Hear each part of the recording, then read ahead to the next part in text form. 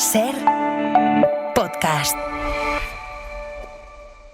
Este viernes, los empleados de la biblioteca de Don Asensio conversaban sobre sus fanatismos literarios.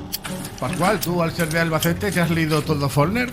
¿Yo? Mi luz de agosto. Faulkner es un cansino.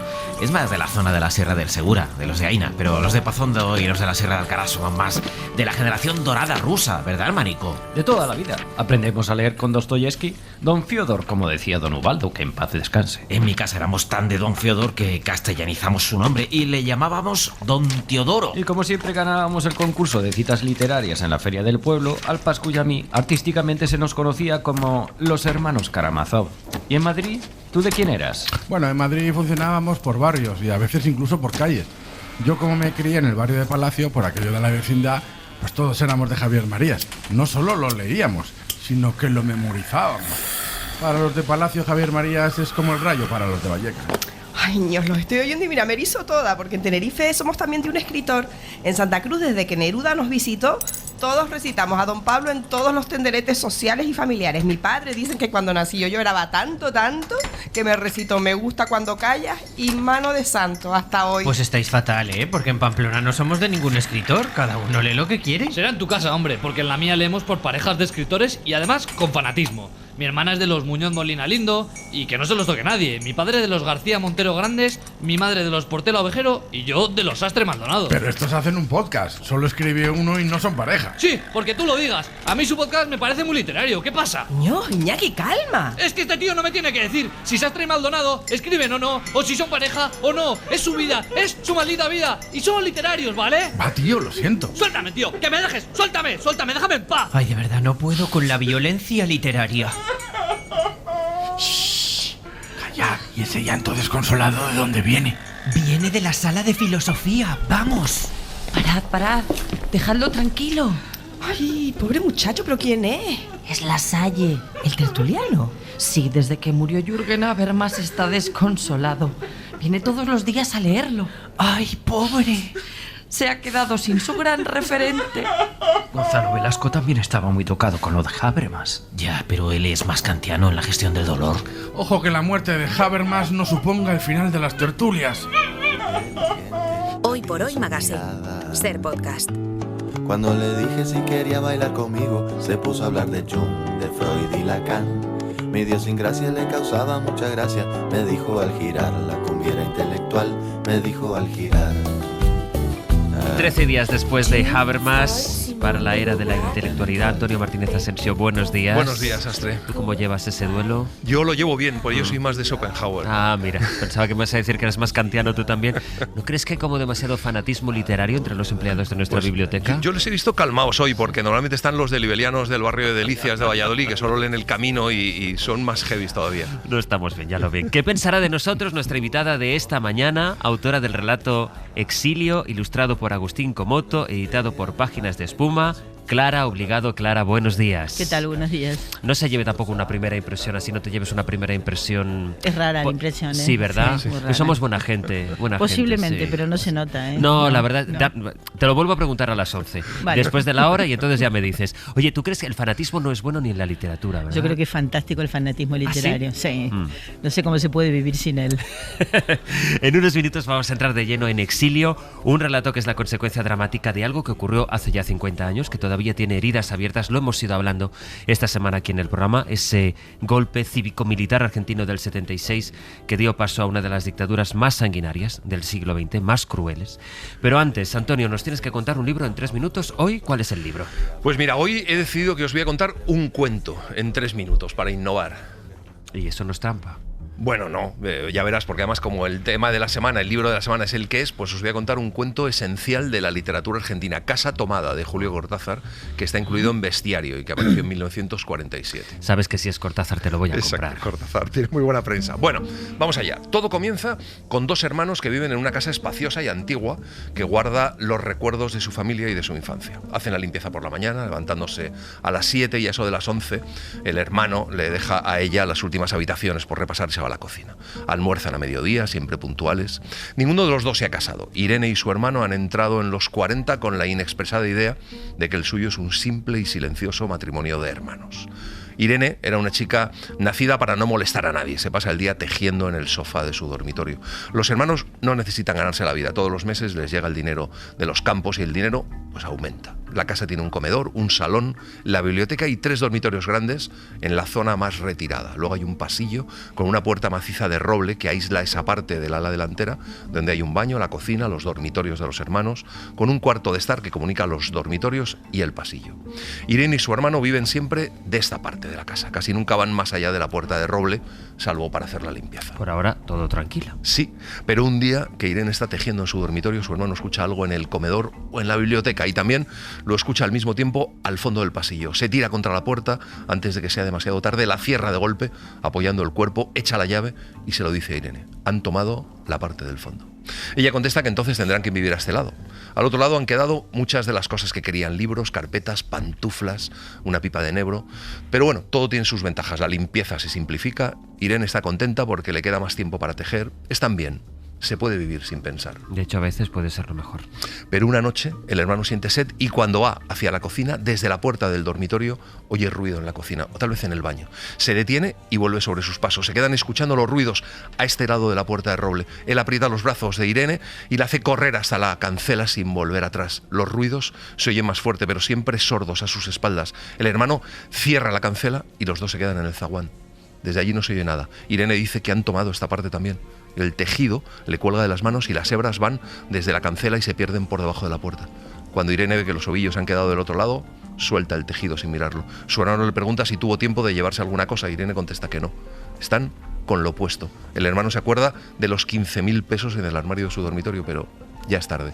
Son las 11 de la noche. Entonces él rodea con su brazo la cintura de Irene mientras ella llora y salen así a la calle.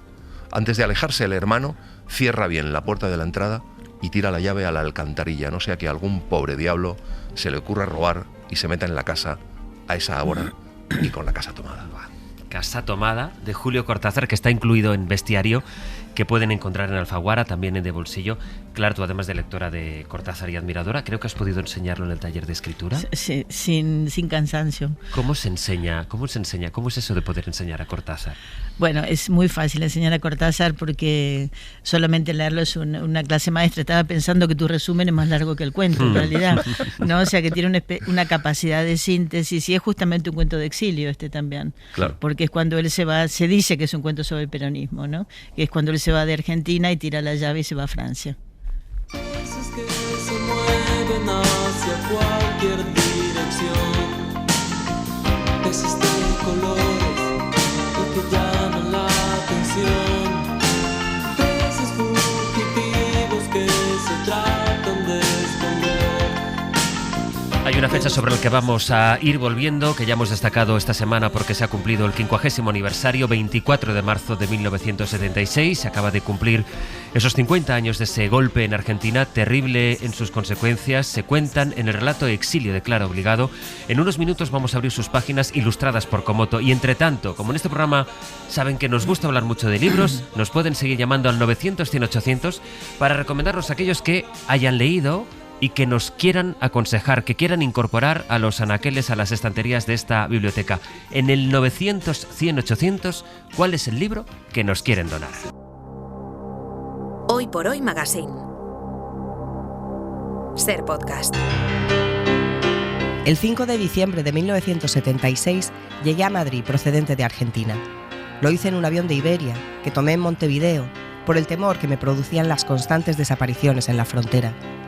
Salí vestida de verano, como si fuera una turista que se dirige a las playas del Uruguay, y 2 o 3 días más tarde subí al avión que me llevaría a España, donde era invierno. Los amigos del barrio pueden desaparecer,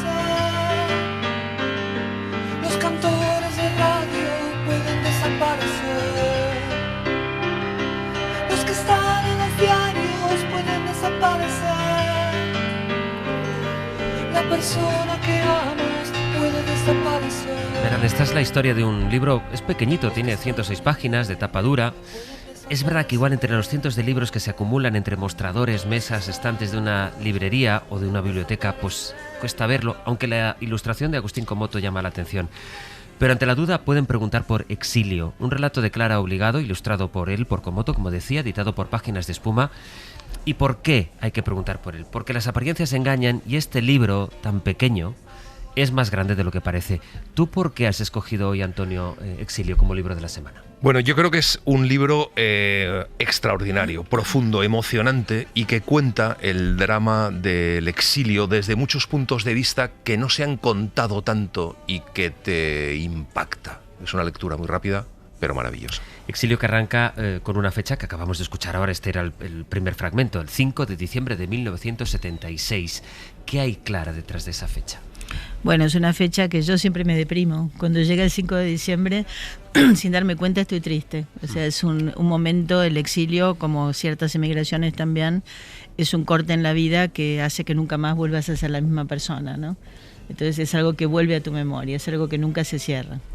Exilio no es una novela gráfica, es una novela, pues un relato ilustrado, ya hemos dicho, por Agustín Comoto, y hay un dibujo en esa primera página que se repite en diferentes formatos, en el que aparece un avión atado o anudado o ahorcado. ¿Qué simboliza ese avión atado que se quiere frenar o hacer volver a la tierra? Bueno, lo primero es que yo salí desde Uruguay para que no me agarraran los servicios, digamos, claro, en la frontera. Suerte que no había internet, porque no hubiera quedado nadie en Argentina si hubiera habido internet en ese momento, ¿no? Y el avión voló hacia atrás. Su primera parada fue Ezeiza. Entonces estaba el aeropuerto rodeado de militares, que se cuenta en el libro, y yo pasé un momento de auténtico pavor, porque digo, me hacen desaparecer ahora y mi familia se entera dentro de una semana, ¿no? El mismo avión que habías cogido en Montevideo para en Ezeiza, que no lo sabías. No lo sabía de ninguna manera. Qué horror. De hecho, hay una cosa muy bonita del libro cuando cuentas ese pasaje, que tú no solo cuentas tu historia, sino lo que hubiera podido ser, que es una cosa que tú tienes a lo largo del libro muy presente. Es decir, lo que me pasó, pero soy consciente de todo lo que me podría haber pasado también. Y lo que le podría haber pasado a los demás. No, o sea, yo no quería hacer un libro contando mi experiencia personal, porque eso es personal nada más. Es un libro generacional que cuenta la experiencia de mucha gente a la vez. Por eso tardé tanto en escribirlo. Eso te quería preguntar, porque Comoto también tuvo esa experiencia de esa salida, voló aquel 1976, pero no es ni la tuya ni su experiencia, sino un libro para que lo lea, no sé si aquella generación que lo vivió o todas las que están por venir también. Mira, es muy importante en el momento que estamos, por razones obvias, volver al tema de la memoria, cosa que ha hecho Argentina con las movilizaciones. Entonces, a mí me parecía que era sumar una pequeña voz a la voz. No, creo que la memoria es importante, hay que construirla entre todos, pero entre todos. No es mi memoria, es la memoria de todo lo que yo recordaba, ¿no? Y en el caso de Comoto, en principio, él me dijo que no quería hacer estos dibujos. Yo lo aprecio mucho, es un tipo que me encanta además, pero me dijo que no, que de ninguna manera. Entonces yo fui tirando de él, como del avión, y claro, lo que descubro es que él también es del exilio de una manera muy dura, porque llegó solo con 8 años, ¿no? Entonces, claro, por eso no quería. Y ahora cuando terminó me dice, este es mi mejor libro. Qué maravilla. Creo que lo hizo bien. Clara, y tú llegas a España en ese diciembre del 76, sin saber si vas a volver, si no vas a volver, llegas aquí, ¿qué te encuentras? ¿Cómo era esa España del 76? Se supone que democrática, pero todavía no. ¿Cómo era? Bueno, yo era un poco naif porque era muy joven, ¿no? Entonces pensaba que había muerto Franco y todo había cambiado de la noche a la mañana. Claro. Grave error, grave error. Yo llegué a una España todavía en blanco y negro, triste, muy antigua, muy... Por ejemplo, yo nunca pude salir con un hombre español de esa generación porque vivían con su mamá. Eran cosas que a mí me dejaban como muy atónita, ¿no? Pero al mismo tiempo viví en el barrio de Las Letras muy pronto, que era muy pobre, había muchas casas de prostitución en el barrio de Las Letras. Al mismo tiempo yo era como un taxista, como una gran oreja que escuchaba. Entonces la gente del barrio me contaba su historia. Y eso para mí fue fascinante. Yo escuché la historia de mucha gente que volvía del exilio. Entonces no le contaban nada a otros españoles porque tenían miedo, pero a mí me contaban cualquier cosa. Exiliados españoles que habían salido y que volvieron cuando Franco murió. Sí. En el mismo barrio veías a gente desfilar vestida de azul, ¿no? Sí. Tremendo. Sí. O una mujer que fue mi vecina, que fue mi primera, está en el libro además, para mí fue la primera persona que me hizo familia, una mujer tan amorosa que fue un lujo conocerla. Entonces, eso fue hijo del momento también. De la dictadura cruel y sanguinaria de Videla y toda una generación que huyó o desapareció, fue desaparecida, son también muchos los que se quedaron. El día en que mi padre y mi hermana mayor cruzaron la frontera y regresaron de Uruguay, un amigo que los esperaba en el puerto les dijo que tenían que esconderse. Entonces mi hermana mayor conoció la terrible noticia. Habían entrado en su casa, su marido y su hijo habían sido secuestrados. Su hijo era mi ahijado, ni siquiera había cumplido 1 año. Hablas del exilio y hablas del insilio, la gente que se quedó, como el padre, las hermanas de la protagonista del relato. Y cuando decías ahora, incidías en la importancia de hacer memoria, sobre todo en los tiempos que corren, no solo de aquellos que se fueron, sino también de los que no tuvieron más remedio que quedarse. Sí, hay todo un debate en Argentina, es muy interesante cómo se ha trabajado el tema de los derechos humanos y de este periodo, y se van sumando conceptos, ¿no? Entonces el concepto del exilio, que es un concepto que manejamos hace años, hace un tiempo se suma la idea de insilio. La gente que se quedó y además de quedarse tuvo que esconderse, y además de esconderse estaba en un peligro gravísimo. O sea, pues yo me fui y había servicios en España, había servicios de Argentina, pero no era el terror que teníamos en Argentina. En cambio, la gente del insilio vivió todo eso doblemente. Entonces, a mí me gusta incorporarlos, claro. Claro, porque esa gente que se quedó, que también se cuenta en el libro, esa historia horrible de los desaparecidos y de los desaparecidos que tiran al mar desde aviones, bueno, una cosa terrible. Tú reflexionas o piensas también qué te hubiera pasado, o sabes qué te hubiera pasado si te hubieras quedado. Sí, estoy viva por 24 horas.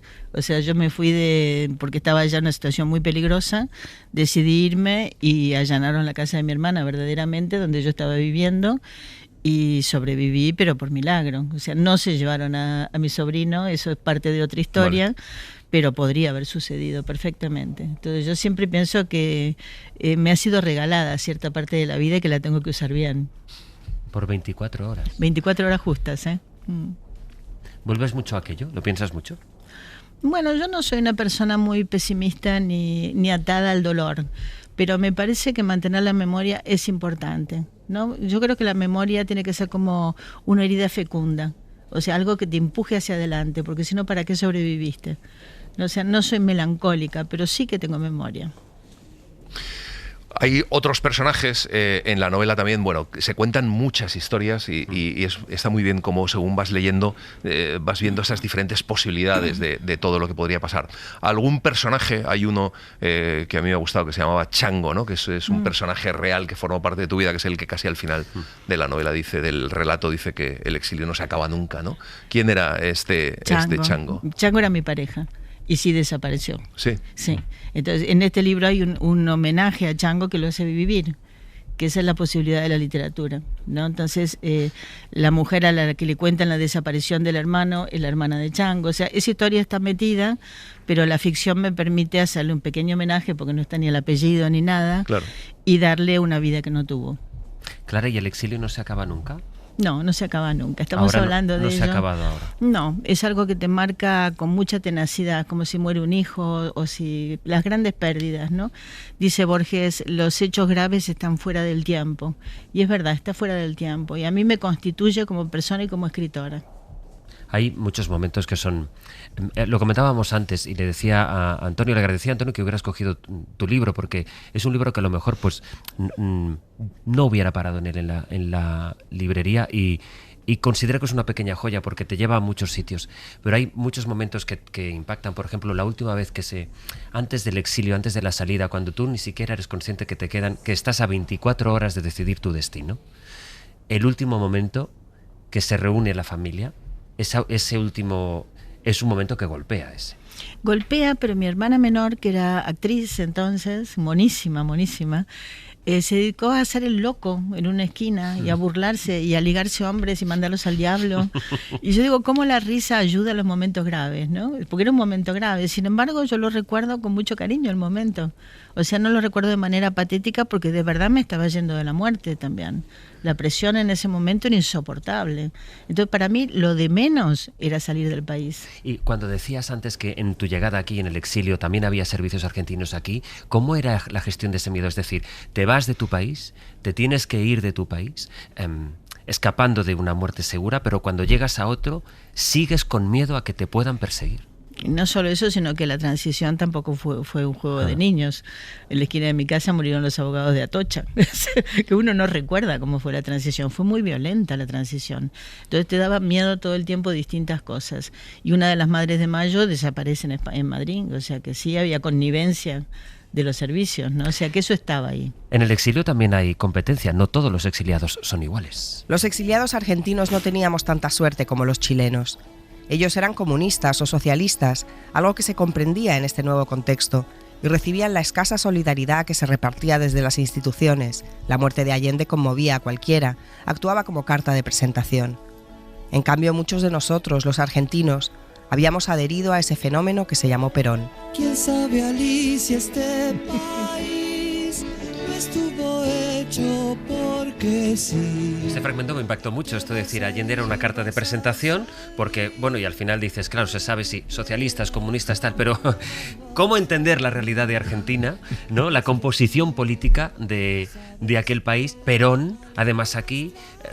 ¿Cómo viviste esa, o cómo era esa, no sé si llamarlo clasificación, pero sí diferentes maneras de ver a las personas que llegaban de América Latina, cada uno con la realidad de su país? Claro, la Segunda Internacional le dio a los... El socialismo era la Segunda Internacional, ¿no? O sea, le dio a los socialistas chilenos, que yo después me casé con uno, por cierto, les dio un estatuto de todo lo que había para dar, se les dio a ellos. Era poco lo que había para dar, por cierto. España no acogió el exilio en absoluto, ¿no? Pero bueno, nosotros nos quedábamos fuera de todo eso. Yo trabajé en un centro de propaganda de Felipe González en su momento, las primeras elecciones. Historias muy cómicas si las miras desde lejos, ¿no? Y bueno, y en esa época, claro, ser argentino, yo decía, yo era de filiación peronista más bien, lo que era el peronismo de izquierda en ese momento. Y me decían, claro, Perón, muy amigo de Franco. Entonces te quedabas, yo digo, yo necesito un psicoanalista para esto. Es que en el fondo, el peronismo, si no soy peronista de izquierdas, es como si a alguien le dijeras, bueno, es que yo soy franquista de izquierda. Es un oxímoron. Exacto, Sí, es una cosa rara el peronismo. Sí, bueno, es nuestro tema. Bueno, las realidades políticas son raras y yo dentro del contexto lo entiendo, pero claro, desde España, imposible. Bueno, y el libro está lleno de otras historias. Hay algunas que son alucinantes, como la historia de Tanzania, de ese exiliado que llega y al final, pues le ofrecen irse a Tanzania y como tampoco tiene a dónde ir, pues va a Tanzania. Hay otra historia en Brasil, otra en Londres y luego también en nuestro país, el taxista que lleva a la exiliada que acaba de llegar a un hotel que es casi un club de alterne, ¿no? O el baboso que le da trabajo en una inmobiliaria. Y luego una historia que a mí me mató también, me ha matado también, que es la historia de ese gallego que vuelve del exilio y va a ver a su madre, y va a su madre a una aldea gallega a contarle lo que le pasó. Bueno, y a contarle que es abuela, que ella ni siquiera lo sabe, ¿no? Y la protagonista dice, bueno, es que le va a dar un infarto a la pobre mujer, ¿no? Pues mira, nada de lo que pasa en el libro es mentira. Yeah. O sea, yo el libro, menos algunos nexos que necesitaba por el tema de la ficción, todo lo que sucede le pasó a alguien. Que son historias que te han ido contando a ti, que has o ido me contaron recopilando. o me pasaron. La del español que viajaba conmigo, eso me pasó a mí. La del taxista que me dejó en un hotel de alterne, o sea, que daban por hecho que era prostituta porque era joven y latinoamericana, por hecho lo daban. Eso me pasó a mí. No, yo era una niña bien de colegio francés. No, era como rarísimo. O sea, de pronto tenías otra personalidad, eras otra persona. Yo no sufrí por eso, mira, me hacía gracia. O sea, por llegar de fuera, joven, mujer latinoamericana, dieron por hecho que era... Se daba por hecho. Me acuerdo en la plaza de Tirso de Molina, yo estaba ahí vestida de lo más guapa según mi versión, y se me acerca un señor y me dice, señorita, ¿usted trabaja? Y yo le digo, claro. Y me dice, ¿cuánto cobra? Digo, sas. ¿Cree que soy prostituta? En fin. Cuando decíamos antes que el exilio no acaba nunca, Clara, y que todavía sigue... Cuando te instalas aquí, la vida del exiliado respecto a su país, no sé si hay sentimiento de culpa por haber escapado y haber dejado a familiares, a tus seres queridos allí. No sé si se afronta como aquí soy otra persona, o es un punto y seguido. ¿Cómo es eso? Bueno, la vida va siguiendo y uno va cambiando también, pero la primera sensación del exilio es la culpa. Sin duda, ¿no? ¿Por qué? Porque no te mataron, porque no te torturaron, porque pudiste salir, ¿no? Es una sensación que el enemigo mete en tu cabeza realmente, ¿no? Porque pensar que un exilado es culpable es un absurdo, realmente. Hay grados de tormento, hay grados de dolor, pero eso no te convierte a ti en culpable, ¿no? Y es un debate que se da muchas veces. Tú te pudiste ir, yo me tuve que quedar. Bueno, yo creo que este libro colabora en hablar entre nosotros también. Claro. Y luego también cuentas otra cosa cosa importante que es la vuelta. Cuando se vuelve, que también hay muchas vueltas y muchas vueltas posibles. Nunca y una se de vuelve. ellas, bueno, nunca se vuelve, pero la primera vez que tú vuelves a Argentina, y que también hay gente que piensa que el exilio es una especie de balneario también, ¿no? Quiere decir bueno, que has estado sí. de vacaciones, ¿no? Sí, yo empecé a trabajar el tema cuando se empezó a hablar del exilio dorado, El exilio dorado. ¿no? O sea, un poco lo que le pasa al rey de España, o sea, lo mismo, mira, sí, igual fue, ¿no? Entonces dice, no, aquí falta un relato, de esto hay que hablar también. Esto es una parte de la violencia, no la peor, pero es una parte de la violencia y debe ser reconocida. Y además engancha con lo que le pasa a muchos inmigrantes hoy, que también hay que hablar de ello. Es parte de lo mismo. Claro, y dices que nunca se vuelve porque al final, aunque tú vuelvas a tu país, pasado el tiempo y pasado un exilio, al final, aunque vuelvas a estar en tu país, sigues siendo una exiliada. No, y además ni tú vuelves a ser de tu país del todo, porque yo me considero extranjera a mí misma, no soy ni argentina ni española, y a mucha honra además me gusta ser extranjera. Y cuando llegas allí siempre en algún momento hay una cierta suspicacia contigo, cuando estás aquí nadie te reconoce como español, entonces, es tierra de nadie, entonces yo creo que estos terrenos difíciles o infértiles pueden ser muy interesantes también, sobre todo a nivel creativo. Entonces, si yo te pregunto de dónde eres, ¿qué me dices? Soy extranjera. ¿Extranjera de dónde? De ningún lugar. Conocía a gente que festejaba la Navidad a la hora de su país. Conocí exiliados que se aprovechaban de los que estaban en peores condiciones. Conocí a gente que ya conocía y que ahora parecía 20 años más vieja. Conocí a intelectuales importantes que se habían quedado sin identidad. Conocí a personas que se despertaban gritando, algunas que habían perdido a toda su familia.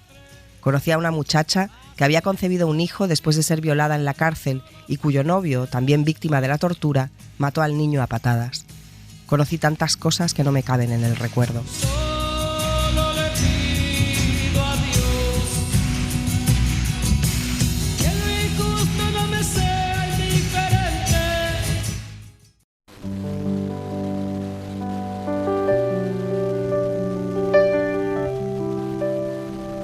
Hoy por Hoy Magazine.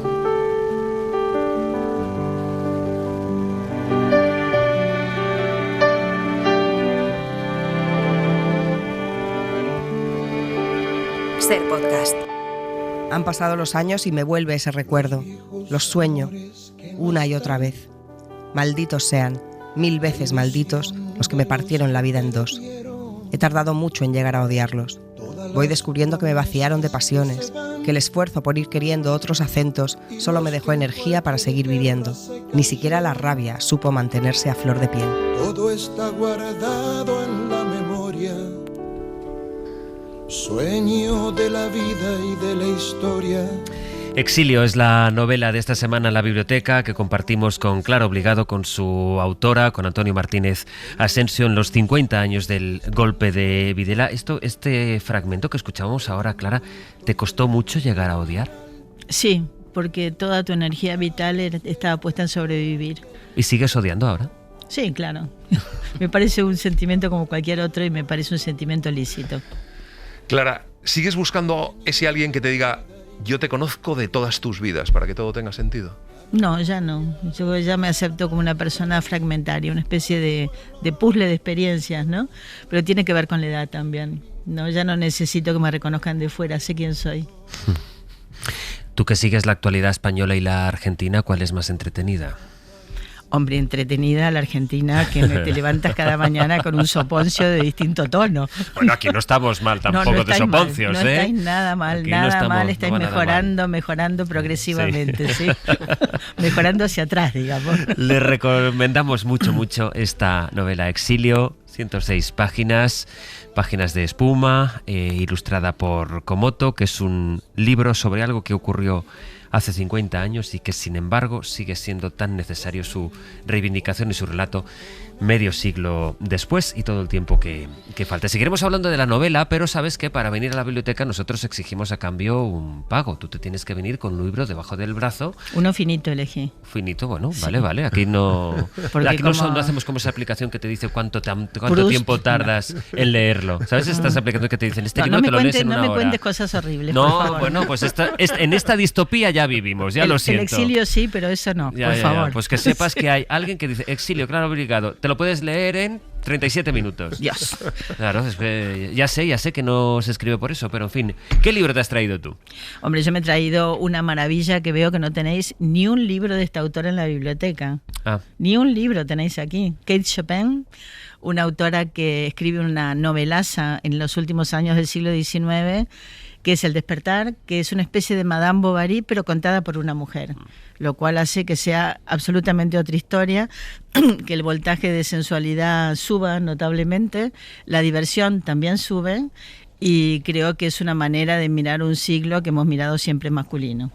Maravilloso, o sea, yo no lo conocía, pero vamos, me voy a lanzar a por él, vamos. O de sea, cabeza, además en mucho mar te puedes tirar de cabeza. Yo fíjate que pensaba que era una mujer en la actualidad cuando vi de qué trataba, pero no, una mujer de contemporánea de Flaubert, del 19, que escribe un libro absolutamente para esa época, vamos, o sea, no moderno, vamos, en lo siguiente. Además es una novela finita, que es una modernidad y es cuentista también. Y claro, que la prohíben, la cancelan en ese mismo instante. Esa novela nunca más vuelve a escribir. Pues hay que traer varios ejemplares, entonces con uno podrías haber traído más de uno también. O para regalar en la puerta, ¿verdad? Exacto. Una gran escritora de relatos, que creo que también están editados en muy páginas graciosa, con muchísimo humor. Kate Chopin. El despertar de Kate Chopin. Aquí está nuestro empleado hoy en Biblioteconomía, Pepe Rubio, buenos días. Buenos días. Tú me dirás por qué. Pues fíjate que el despertar de Kate Chopin, ahora que habéis hablado de la aplicación dice que se lee en 7 horas y 1 minuto. A mí me hace gracia lo del minuto. El 1 minuto ya me parece apasionante. Bueno, pues... En 1 minuto se pueden hacer tantas cosas, Pepe Rubio. Tiene un cuento que se llama Historia de 1 minuto. O sea que, sí. Bueno, pues vamos con las novedades. La primera es una reedición a 20 años luz de Elsa Osorio, la ha reeditado Siruela. Es una novela sobre el robo de niños por parte de la dictadura argentina y la labor de las Madres de Mayo. El nacimiento de su hijo permite a la joven Luz poner en duda su verdadero origen. ¿Era ella, como había creído durante 20 años, hija y nieta de adeptos a la dictadura argentina? ¿O por el contrario, era la hija nacida en cautiverio de 2 desaparecidos? La respuesta está en la lectura. Y bueno, la justificación para reeditarla ha sido que le han entregado el premio literario Amnistía Internacional, pero bueno, yo creo que no hace falta excusa para publicar este librazo. Yo lo leí cuando se publicó, hace yo creo que 30 años mucho casi, tiempo. y me maravilló. No, bueno, yo ya tenía una pila de años entonces, y me maravilló sobre esta historia de los niños colocados o robados por los militares argentinos. A 20 años luz de Elsa Osorio. ¿Y la otra? Más reciente, pero también argentina, La vida toda de Ángel de la Calle, Jordi Sampera y Ana María Ruiz en Garbu's Book. Novela gráfica. El protagonista es Daniel, psicoanalista argentino de mediana edad. Vive exiliado en París desde el golpe de estado de Videla. Su vida transcurre sin sobresalto hasta que una llamada inesperada lo cambia todo. El Banco Nacional de Datos Genéticos de Argentina ha registrado un positivo, pero lo que ha encontrado no es su hermana desaparecida, es su hija. Sin embargo, Daniel no ha tenido hijos con ninguna de sus compañeras de vida. Bueno, así empieza esta historia sobre el pasado reciente de Argentina y los crímenes de la dictadura y la represión. Esta es una novela gráfica maravillosa, escrita y dibujada a 3 manos. Bueno, me parece fantástica, pero además, cuando termina, antes de cerrar el libro, pone algunas coordenadas históricas para leer la vida toda. Y bueno, también hay una muy buena explicación para quien, o alguien de las nuevas generaciones, o para quien no tenga claro de qué está hablando la vida toda, para que lo entienda. A mí me parece delicioso esta novela gráfica. La vida toda y a 20 años luz, las novedades que incorporamos. ¿Alguna cosa clara que comentar sobre ellas? Bueno, 20 años luz la leí hace un montón de tiempo. O sea, es una novela que está muy bien, la otra me la voy a llevar si me la das. Claro que tenemos el carnet de biblioteca y ya está. Lo que pasa es que a los 15 días lo tienes que devolver, porque si no ponemos sanción. Hombre, no tengo tiempo, estaré leyendo. En el 900 tiene 800. Mercedes de Vitoria, buen día, buenos días. Egunon, día. Buenos días. Cuénteme, ¿cuál es el libro que usted quisiera incorporar? A ver, lo primero, darte la enhorabuena por tus libros, o sea... Muchas gracias. Y esperándote en el programa. Bueno, esperando. Pues muchas gracias. Aquí estoy. Cuénteme, ¿cuál es el libro que incorporamos? El libro es La librera de Madrid, de Mario Escobar, muy dado con un escritor. Es un homenaje a todas las librerías, ese santuario. que es una librería, a los libreros que tanto nos aconsejan y sobre todo al libro que es ese refugio para los momentos buenos, los malos, los regulares, para todos. Es la historia de Bárbara, una alemana que salió huyendo de Alemania en el año 34 cuando sube el partido nazi y va a Madrid con la intención de abrir una librería, y por ella, mediante ella, vamos a conocer la historia de España. Desde ese año 34 vamos a final de la República, vamos a conocer la guerra, vamos a conocer el principio de la dictadura. Es un libro tan recomendable en estos momentos, que hay gente que dice que se vivía mejor antes, sobre todo las mujeres como yo, ya muy viejitas. Vamos a ir viendo todo, vamos a conocer a muchos personajes históricos, porque está escrita de maravilla por Mario Escobar. Vamos a ir viendo, o sea, todo, como para unos ella es una espía, por lo tanto va a estar, para otros es detendida por la Chequia, si no es por los otros, si no es como le roba a mi hijo, si no es como se ha casado con un diputado socialista. O sea, vamos a ir viendo todos los sesgos de la historia.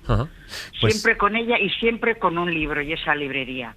Lo anoto aquí, siempre es Mercé. el libro que es el que nos va a decir todo y el que nos va a decir de verdad dónde está la libertad, que está en leer los libros. Sí, la libertad en los libros. La Librera de Madrid, de Mario Escobar. Mercé, muchísimas gracias. Está en Ediciones B. A vosotros, gracias por el Adiós. programa. Déjame, Clara, hacerte una pregunta, porque claro, en un país con las librerías y bibliotecas como había en Argentina, y hay en Argentina, cuando llegaste aquí, ¿te acuerdas de la primera vez que entraste en una librería aquí en España? Me acuerdo cómo no encontraba libros. Quería buscar un texto de Brecht, Antígona de Brecht, me acuerdo, Antígona de Sófocles, no lo encontraba, pero después vi aparecer las poesías completas de Miguel Hernández, o sea, vi aparecer cosas que yo ya había leído en Argentina, obras completas de Antonio Machado que tampoco estaban editadas aquí, o sea, me tocó ver la oscuridad y ver la aparición de la luz. Cruz, desde Alcoy, buen día, buenos días. Hola, buenos días. Yo quería recomendar el libro El jardinero y la muerte. Es de un escritor búlgaro que se llama de apellido Gospodinov y es la vida de él basada en la relación que tiene con su padre, presenciando el final de su vida. Es un libro que habla sobre padres, sobre hijos, y es un libro triste, profundo y a la vez muy tierno. Lo recomiendo, creo que es un libro muy interesante. El jardinero y la muerte de Gospodinov. Déjame preguntarte, Cruz, ¿cómo llegaste a este libro? Bueno, pues realmente llegué porque sigo a una persona que recomienda muchos libros que me gustan y los recomiendo. Pues nos quedamos con ese título, El Impedimenta. En Impedimenta. Gracias, Cruz, feliz fin de semana. Gracias, hasta Adiós, luego. adiós, adiós. Elena, hola, buenos días. Hola, buenos días, José Luis. Elena llama desde Logroño. Cuénteme, ¿cuál es su libro? Pues mira, voy a recomendar un libro de Leonardo Padura que se titula Como polvo en el viento. Es un libro, desde mi punto de vista, maravilloso. Es la historia de un grupo de amigos, algunos de ellos se exilian de Cuba, cuenta muy bien la historia del exilio y del insilio, que es lo que habéis estado hablando hace un ratito, va hacia adelante y hacia atrás en la vida de los personajes, pero sin confundir en ningún momento. Es un libro muy denso porque tiene muchas páginas, pero es un libro muy entretenido porque dentro del libro hay muchas historias. Hay una historia de amor, hay una historia de misterio, cuenta la historia de Cuba, es un canto a la amistad, al sentimiento de identidad, a lo poderoso que puede ser el amor, no solo el amor amoroso, sino el amor en su concepto más extendido. Y luego hay que escuchar mientras se lee el libro, claro, la canción de Kansas, Polvo en el viento. No sé si Leonardo Padura se inspiró en el título de la canción para escribir su libro y le puso el cómo por delante para no plagiarlo. Y yo lo interpreto como que efectivamente el polvo en el viento no es nada. O sea, somos insignificantes y no duramos nada. O sea, somos muy efímeros y tenemos que tener muy puestos los pies en el suelo. Desde luego. Elena, gracias.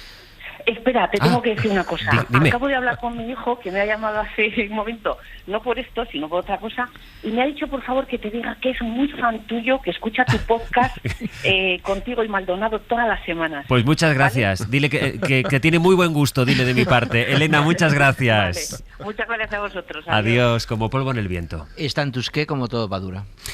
Hola, Pascual Donate. Muy buenas. Mira, verás, Clara, Pascual Donate es nuestro empleado de la biblioteca que se dedica a pasear por los pasillos de la radio porque a veces descuidamos, dejamos sin caer algún libro y se nos pierde. Y Claro. él les da una segunda o tercera vida. Muy bien. Hoy no sé qué te has encontrado. Sí, pues mira, un libro que yo creo que a Clara le va a gustar además. Mira, lleva varios meses aquí, se publicó el año pasado. Se titula Extranjero en todas partes, los días argentinos de Witold Gombrowicz. Es una biografía de un escritor polaco que... Hombre, que no vivió es en el un exilio. escritor, es el escritor. El escritor, Sí. efectivamente. Bueno, esta biografía está firmada por Mercedes Alfon, está publicada en Anagrama, en la colección Biblioteca de la Memoria, y el libro empieza, bueno, pues con la llegada de Gombrowicz. este escritor, claro, allí por casualidad, ¿no? En un barco a Argentina, y le sorprende la Segunda Guerra Mundial. Y entonces es cuando decide quedarse, no volver a Polonia, y pasa allí 24 años en Argentina, pues hasta que el año 63 decide regresar a Europa. Es una biografía, pero también es la historia de los cafés, de las tertulias y de la bohemia bonaerense. Es la época de Borges, además, ¿no? Es una época interesantísima y él se siente argentino. Yo creía que era argentino, de hecho. Gombrowicz. Sí, ¿Quién habrá Gombrowicz. abandonado ese libro? No tengo ni idea, pero estaba A mí no ahí me en mires, la- porque en yo he la- abandonado algunos, estaba pero en la ese zona no. de la ventana, ¿eh?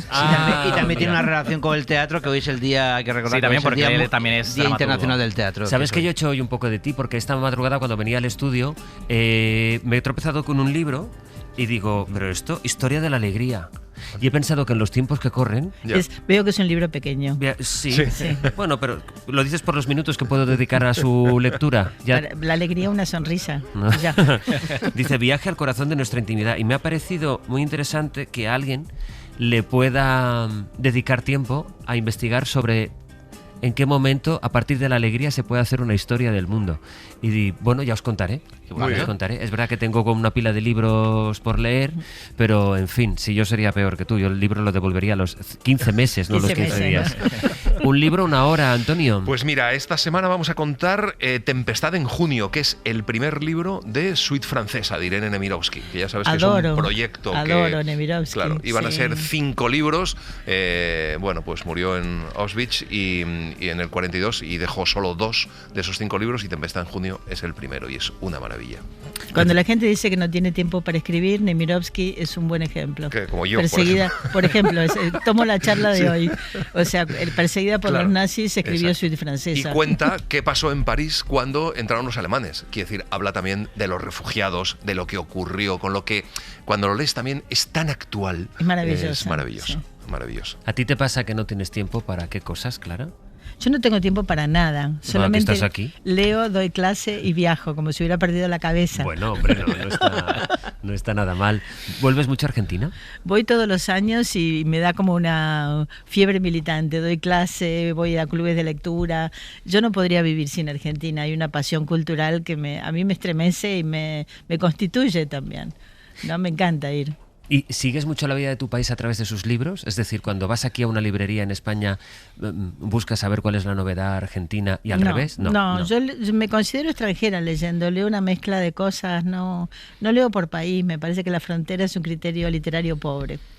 A mí me parece maravilloso eso de irte a una librería en Buenos Aires, como me pasó a mí la última vez que estuve en Buenos Aires, y plantarme en la mesa de novedades y no conocer a nadie. A nadie. Y no conocer a nadie. Y dices, yo que me las doy de leído y de que yo que sé mucho, y de repente te pones en una mesa de novedades en Argentina y conoces a los 3 clásicos, a Tomás Eloy González, pero realmente no conoces a nadie los que hay en esa mesa de novedades, y es maravilloso. Pues qué ganas de seguir leyendo, de volver a leer Casa Tomada, por cierto, de Cortázar y otros cuentos de bestiario, y este libro que hoy le recomendamos porque de verdad que hay libros que no sabes por qué razón tocan alguna fibra, y este desde luego es uno de ellos, Exilio, de Clara Obligado, con las ilustraciones de Komoto. Espero que hayas estado a gusto y bien.